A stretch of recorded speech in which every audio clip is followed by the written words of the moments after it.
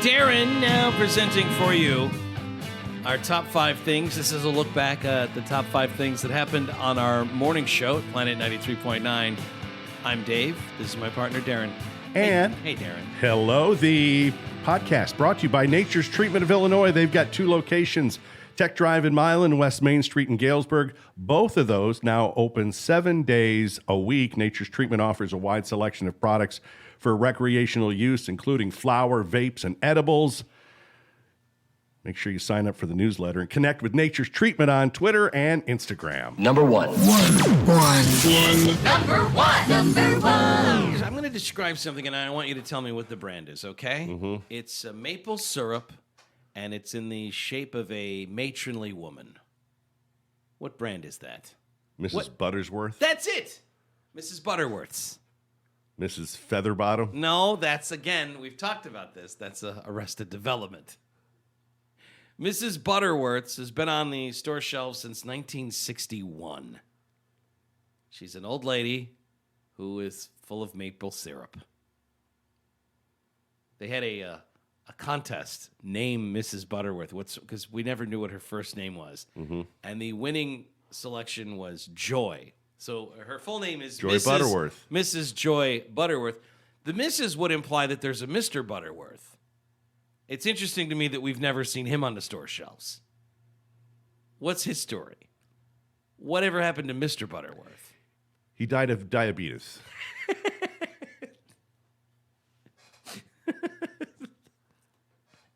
Well, that makes sense. His wife always feeding him pancakes. Now, were there commercials of... There's commercials of Mrs. Butterworth where the bottle is talking, right? Yeah, forever. That's been the gimmick. Yeah. Kind of like the flute in H.R. Puff and stuff. Yeah, I mean, the gimmick is usually that the kids are sitting down to breakfast and the bottle starts talking Mrs. to them. Butterworth starts talking to them, and everyone just, it makes sense. Can only kids see her talk? Oh, that's a good question. I feel like I've seen adults. Adults can... also converse with Mrs. Butterworth. She just doesn't turn back into just a bottle. Don't tell your parents about Dum-dums? This is not something your parents need to know about. That would be creepy, right? We can't have Mrs. Butterworth only talking to children. Or is it because their hearts are pure? They can understand Mrs. Butterworth. They're going to try to talk you out of having sweet buttery treats every morning for breakfast. They're going to say it's going to rot your teeth. Don't listen to your parents. And make you fat. Mrs. Butterworth loves you more than your dopey parents. Let's run away together. Do you have any idea what they did to make you? Mrs. Butterworth. Yes? How come you taste so yummy? Well, my syrup is very thick and rich. Thick and rich? Twice as thick as the leading syrup. See how the leading syrup runs over this stack? But Mrs. Butterworth takes her own sweet time. My syrup's got to be thick to pour this slowly. Why, just one taste will tell you I'm thick and rich and yummy. Oh, you say the sweetest things. Yeah, back then, a woman saying she was thick meant something different than nowadays. Check out the caboose on me. I taste like big and rich. Your anaconda won't want none unless it's got pancakes, son. Hello again. I'm Mrs. Butterworth. Know why folks just love my buttered syrup? 'Cause it's rich and thick. Now watch. See how long it takes Mrs. Butterworth to drip down this stack? See, Well, that just depends on how you're pouring it. Yeah. I remember as a kid being creeped out by this lady. Just like it's kind of nightmare fuel that this bottle of syrup comes to life and starts talking to you. Your parents are going to talk you out of pancakes and waffles. They're going to try to get you to eat oatmeal. Take your pants off and let me see what you got. But don't tell Mom and Dad. Mrs. Butterworth has to let the neighbors know when she comes into your house. I have to go have everybody sign this. I'll be right back. Oh, Mrs. Butterworth. Wow, My syrup's got to be thick to pour this slowly. Now watch how fast the leading syrup runs. The truth is, Mrs. Butterworth's is twice look as at the thick as angles. the other Look at the syrup. angles of the pour. Oh, I may be a slowpoke pouring, but my taste is sure worth waiting for. I don't know, man. I kind of like the syrup coming out fast. Is that weird? Wait a minute. Let's just take a look. Let's take a look at those bottles, how you're pouring them from the side. Yeah, I think you're right. I think this is all messed up. This is all Madison Avenue. Here's Mrs. Butterworth in the 60s. Hello, I'm Mrs. Butterworth. Jeepers, you can talk? Why, yes, of course. Okay. Am I high? Jeepers!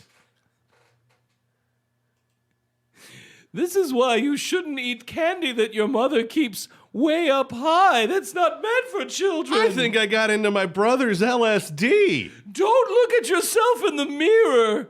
It'll freak you out. So Mrs. Butterworth is syrup that's in the shape of a woman. Honey in the shape of a bear. You've seen that on store shelves, Yeah. right? Now, can you tell me what brand that is? What brand has the honey in the shape of a bear? Honey in the shape of a bear. Yeah. Yogi Bear honey. It's a trick question because any honey can be in the shape of a bear. Because bears love honey. Well, yeah, that was the gimmick. Do they really, though? Do bears I've love never honey? I've never seen an actual bear eat honey. Well, how much time are you spending watching bears eat? I don't make my way to the forest much. Two honeymakers from Lancaster, Pennsylvania, Ralph and Luella Gamber.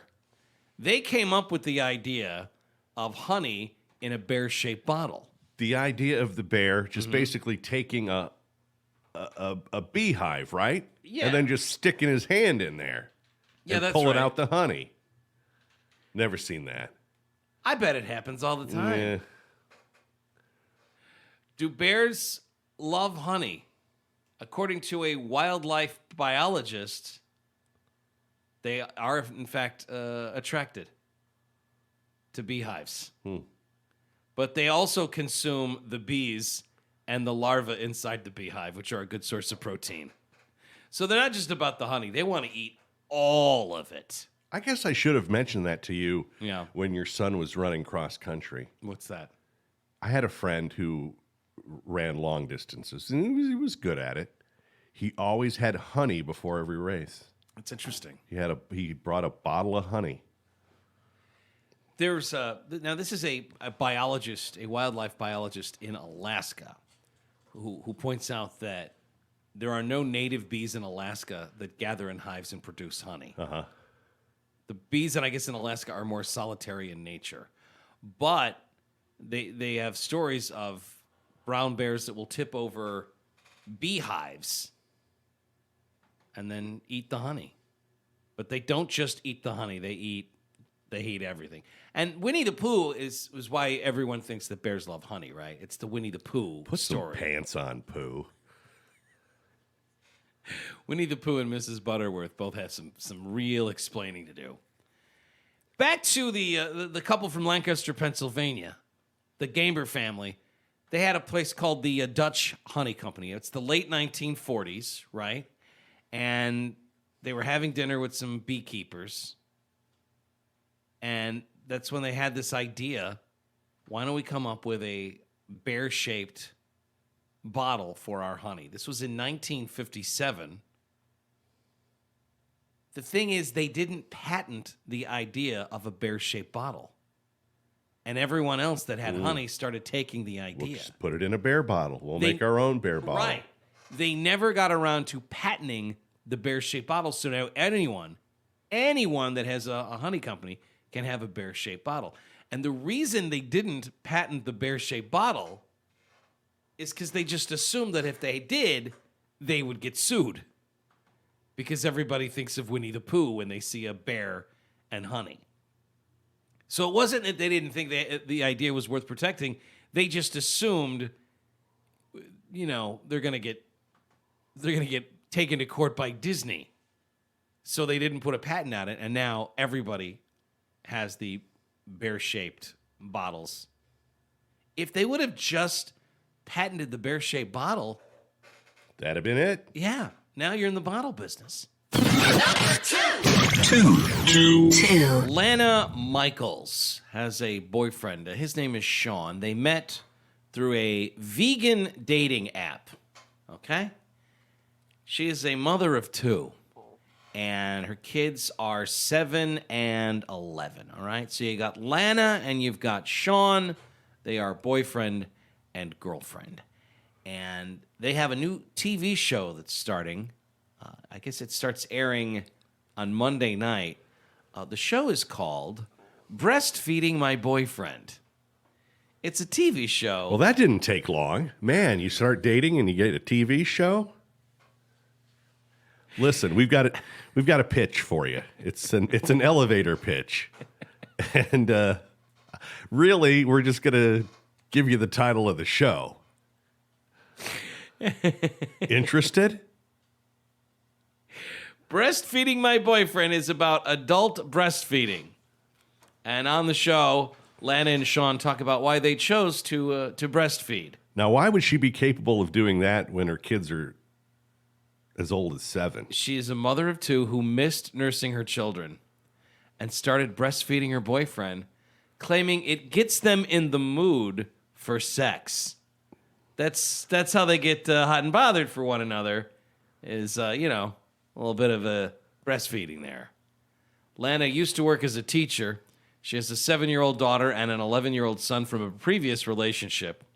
And when they grew up, she really missed breastfeeding them. So she did breastfeed them. Uh-huh. She started experimenting with breastfeeding 18 months ago. And she argues that the physical energy that is created between the two of them before they have sex by the breastfeeding is just top notch.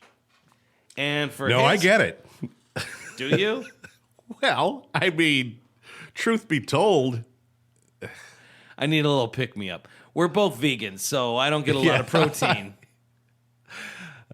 It's such a key part of their sex life. Lana says it's difficult to stop. I don't see the sun much either. Yeah. I'm lacking when it comes to any sort of vitamin D. She says, I breastfed my children and I really missed breastfeeding and the feeling of it. She breastfed her son for 8 months and her daughter for 2 years. So when they grew up, she was left wishing they were still babies. She says, I don't want to have another baby, and my children are way too old to feed now, but I like the idea of breastfeeding with Sean. And action. Yeah, and Sean, for his part, has this to say. It's very tasty. Thanks, Sean. And where can I find this show? They have an open relationship, and the two of them got the idea for adult breastfeeding after having a foursome with another married couple. Lana says here, I'd been sucking from another woman when I started feeling milk in my mouth. And that burned up the sexual idea of breast milk connected with sex. And we just went from there. Huh. One thing leads to another. After the experience, Lana researched breastfeeding online and learned that she could restart her milk supply if only she would start taking herbal supplements. Well, Gotcha. Obviously, it was off to the store to go get those supplements. And 3 days later, her breasts started flowing with milk. And 5 days later, they had a show. Talk about rags to riches. Oh, thank you. Thank you. And this is on, what show is this on? Well, this is going to be on Channel 4 over in the UK at first. Okay. I'm certain it'll get picked up by the Learning Channel here, right? This is right up their alley. Right after my 900-pound life and little people at the pumpkin patch. Following Brood. Keep us out of it. Oh, it's going to be the perfect lead. No. How dare you? Now it's must-see TV. 3 days later, her breast started flowing with milk, and Sean latched on and gave it a try. Latched on. She says, we have sex about 5 times a week, and Sean breastfeeds a couple of times in a week. She's gone up to a 34D since she started lactating again. Sean says being breastfed is both arousing and relaxing. Quote, the energy is flowing between us when I breastfeed, and it can lead up nicely to sex. The couple are open about their kinks. They say breastfeeding is just one of many things they do in the bedroom. We play a daddy and a girl, a doctor and a patient, or a teacher and a student. We also like to go to swingers clubs. They want. Is there anything you don't like? Yeah, maybe keep some things to yourself. You've somehow made this story even creepier. They want the world to know adult breastfeeding isn't weird. You're the weirdo, and there shouldn't be taboos around it. Sean argues there's more negative impact enslaving an animal like a cow than drinking human milk, which is made for us. There's no cruelty or pain in adult breastfeeding. She gets pleasure, I get pleasure, and I get nutrition. She's happy and I'm happy. So what's the problem? The problem is you're a grown man. Putting on a little milk weight, though. I'm not going to lie to you. Getting a little soft. Sean, what's going on with you, man? You look like you're falling apart. What's with the spare tire? My girl, she's really been lactating recently. You know what they say. No, Sean, we don't know what they say. Number 3. 3. Yesterday on the show, we told you just how many pumpkins come from the state of Illinois. All of them. Essentially, yeah. If you're having pumpkin pie, the pumpkin that you're eating in that pumpkin pie, more likely than not, came from Illinois. That's no matter where you're listening to us. If you're in the Quad Cities or if you're listening to us on the other sides of the country. The other true, yes? state that produces a decent number of pumpkins is California. California is number 2 on the list for pumpkin production. What do they do with their pumpkins then? I don't know. I mean, they don't get used for pumpkin pie filling? What I'm saying is, what the pumpkin pie experts are telling us is that Illinois is number 1 on the list for pumpkin production. California is number 2, and Illinois has more than double the production of California. Right. So, and this is going on around Morton, Illinois, is a big pumpkin place. Yeah, around Peoria. That's where all the pumpkins are grown. All of our nation's pumpkins, for the most part, come... Good pumpkin land. It's good to have good pumpkin land.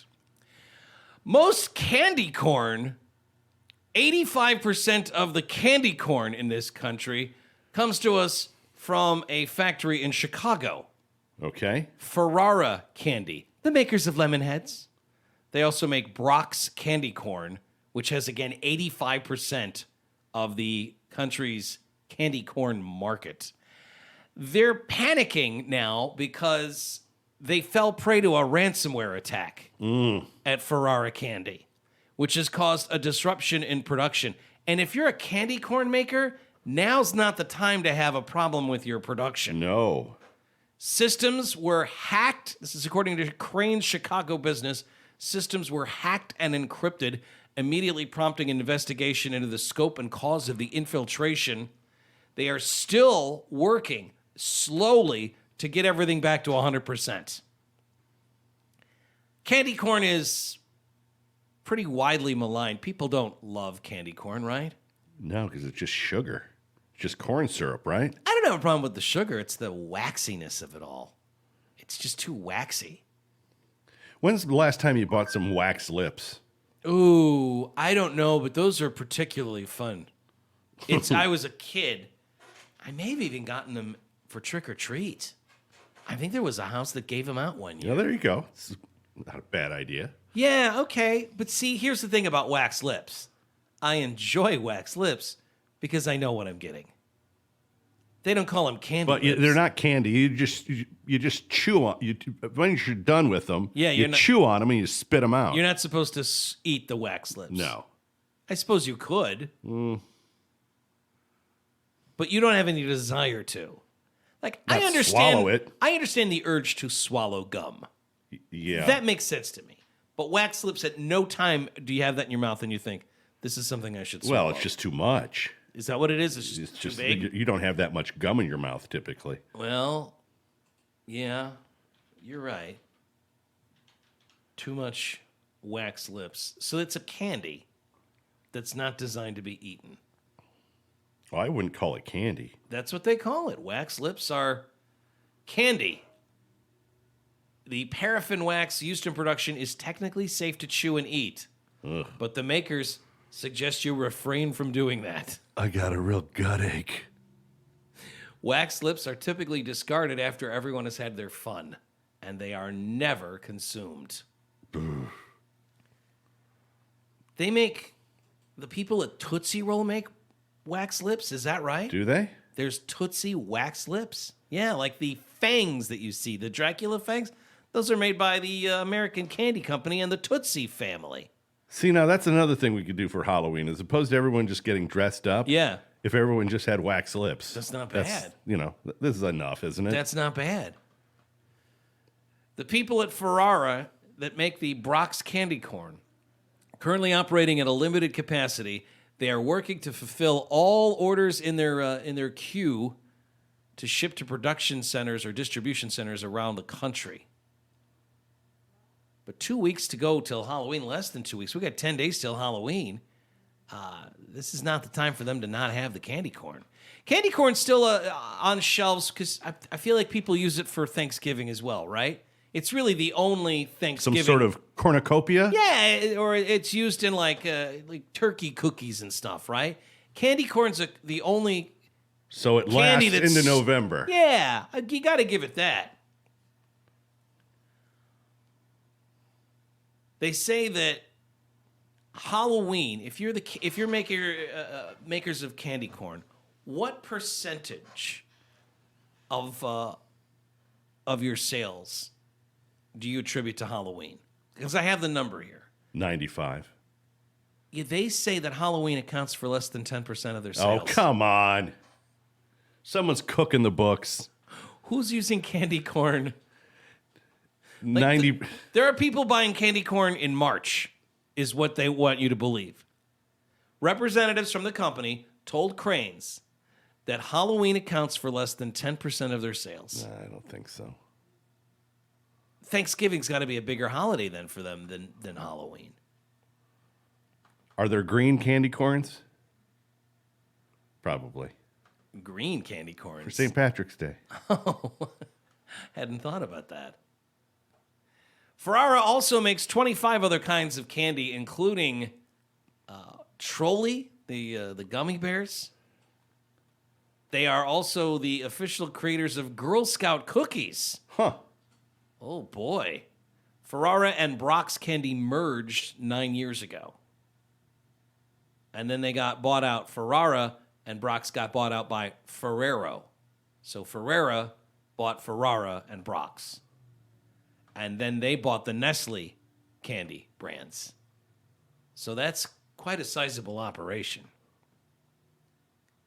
Green candy corn, like I never thought about that. Do they make like pink candy corn for Valentine's Day? Probably. Do you like the candy corn that has chocolate on it? I didn't know that was a thing. Yeah, That sounds disgusting. No, it's better. They have Christmas candy corn, so it's red, green, and white. No. What are you doing? Guess what you're getting for Christmas? I'd rather you didn't. Here's the different varieties. That's why you're getting it. There's Brock's Peanut Butter Cup candy corn. That could be okay. Brock's Sea Salt Chocolate candy corn. That's better. Brock's Pumpkin Spice candy corn.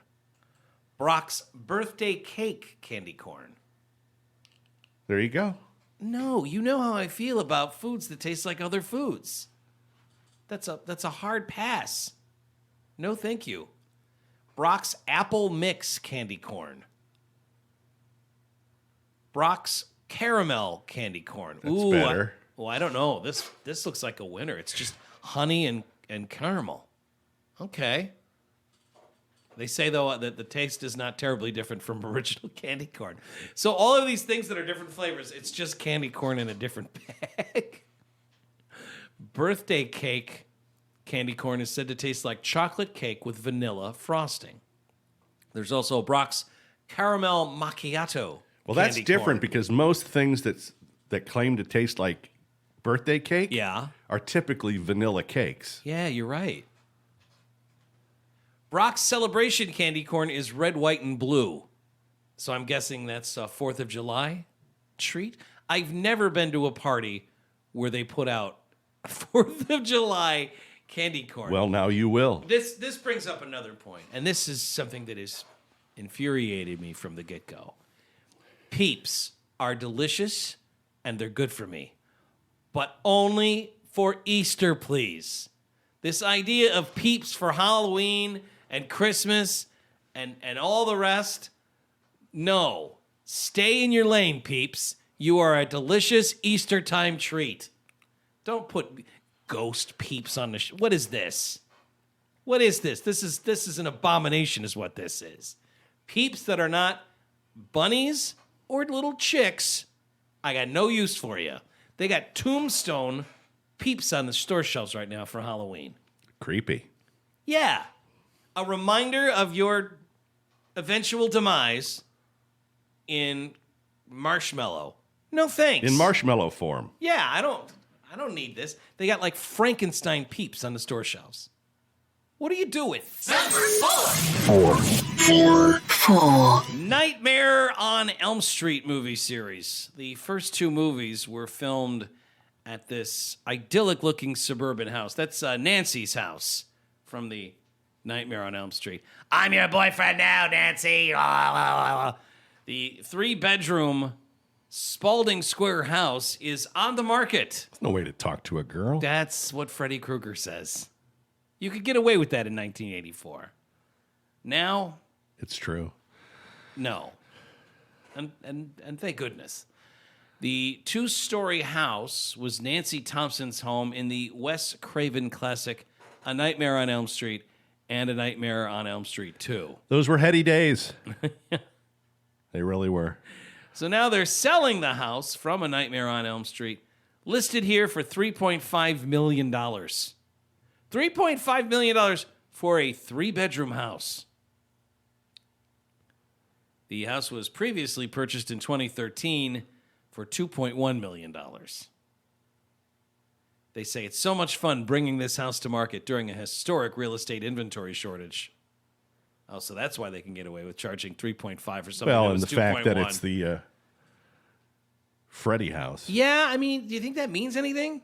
Got to mean something to somebody. Right. Somebody's got to have it because it's where Nancy lived. Only has to mean something to one person, right? Yeah, I guess. The facade, it says here, is iconic, but the ties to the movie stop as soon as you walk through the front door. I'm glad they mentioned it. Like, Freddy Krueger is not going to be in the house. No. It's a beautiful traditional style with a modern twist. All offers on the house are due on Halloween, which I guess makes sense. They haven't tried to bring back Nightmare on Elm Street with like a new Freddy, have they? It's always Robert Englund, friend of the show, by the way. It's always been him. There's not a new Freddy. Why is that? Rob Zombie hasn't gotten his hands on that? Yeah, I wonder what's going on with that. Because if Michael Myers can be making a ton of money, there hasn't been a Nightmare on Elm Street. Oh, I stand corrected. They did a reboot in 2010. I guess I completely forgot about this. Do you remember who they had doing Freddy Krueger? Oh, I forgot that this happened. Paul Rubens. No, that would have been interesting. No, it was Jackie Earl Haley. Ah. Kelly. Kelly Leak from the Bad News Bears was the new Freddy. Now, you know what would have been good? Yeah. Is if you'd have had Freddy riding around on the motorcycle. Smoking a cig out in the... Yeah, that would have been good. Just at least one scene. So they did try to do a reboot, and everyone said, no thanks. Because if it's not going to be original Freddy Krueger, Yeah, but what are we doing here? That's not bad, though. Nightmare on Elm Street, Nightmare on Elm Street 2, Freddy's Revenge, Nightmare on Elm Street 3, Dream Warriors, We're the Dream Warriors. Nightmare on Elm Street 4 was The Dream Master, Nightmare on Elm Street 5, The Dream Child. And then you had Freddy's Dead, The Final Nightmare. Wes Craven's New Nightmare. Freddy versus Jason. I think Jason wins that, right? Am I way off on that? So there was a New Nightmare,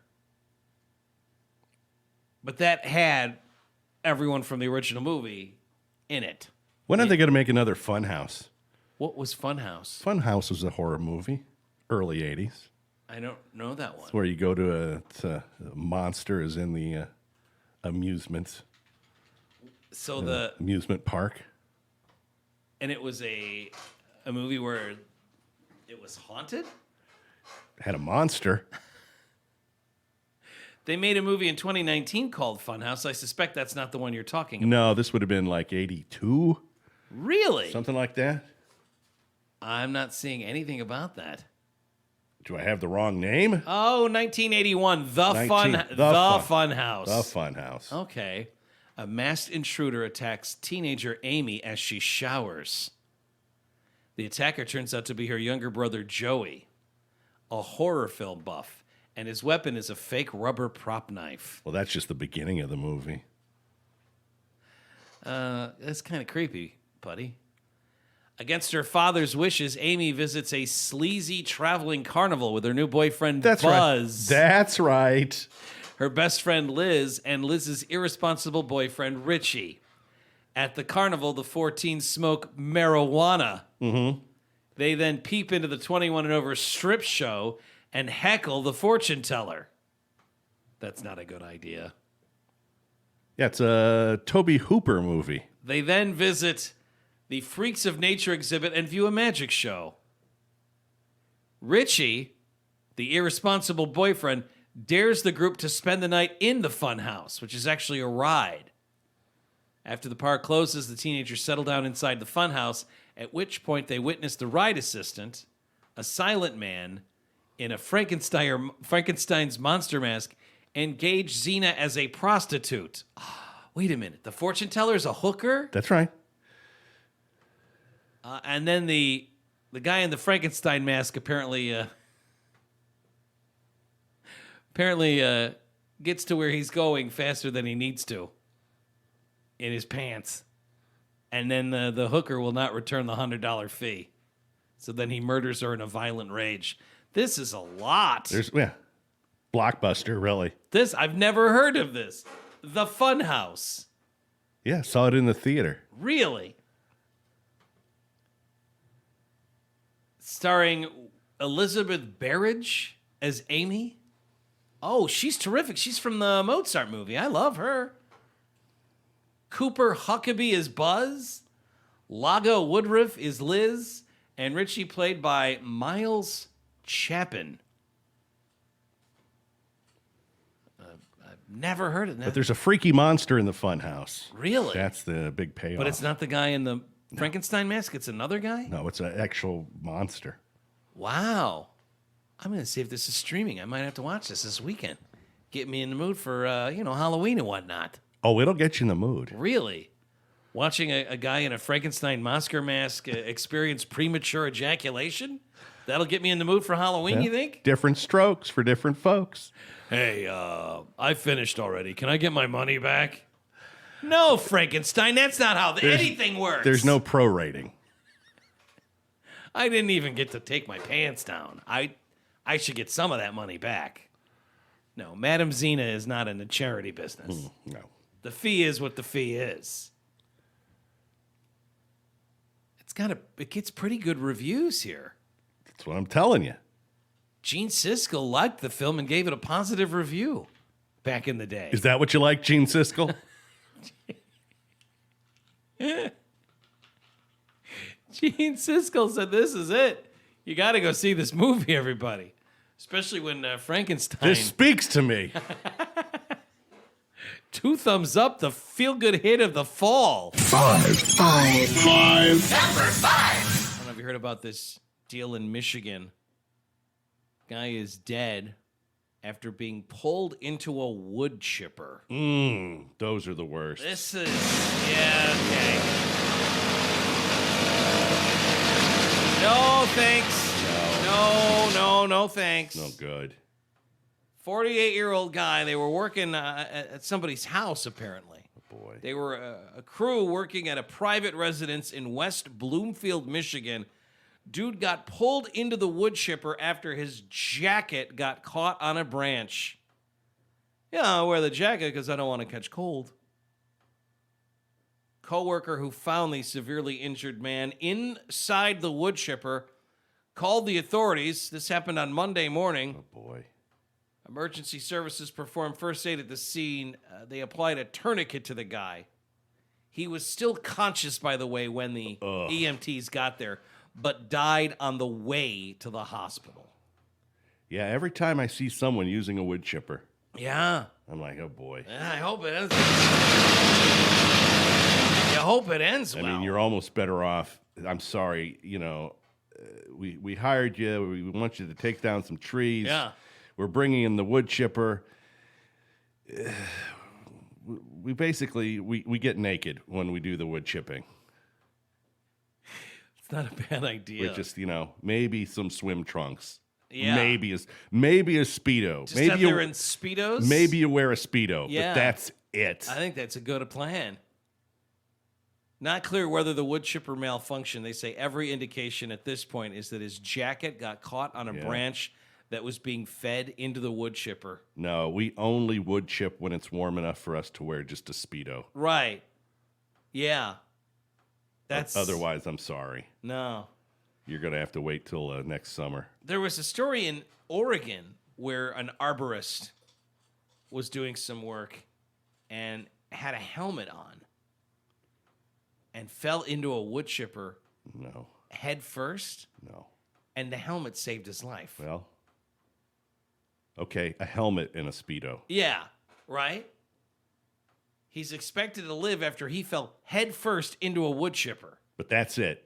He sustained serious injuries when his harness rope got tangled with tree limbs that were being dragged into a wood chipper, but his foot triggered the safety bar at the very last moment and stopped the wood chipper.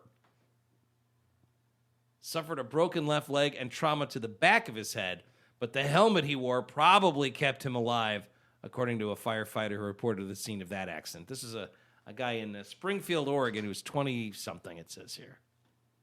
Ugh. A helmet and Speedos. That seems reasonable.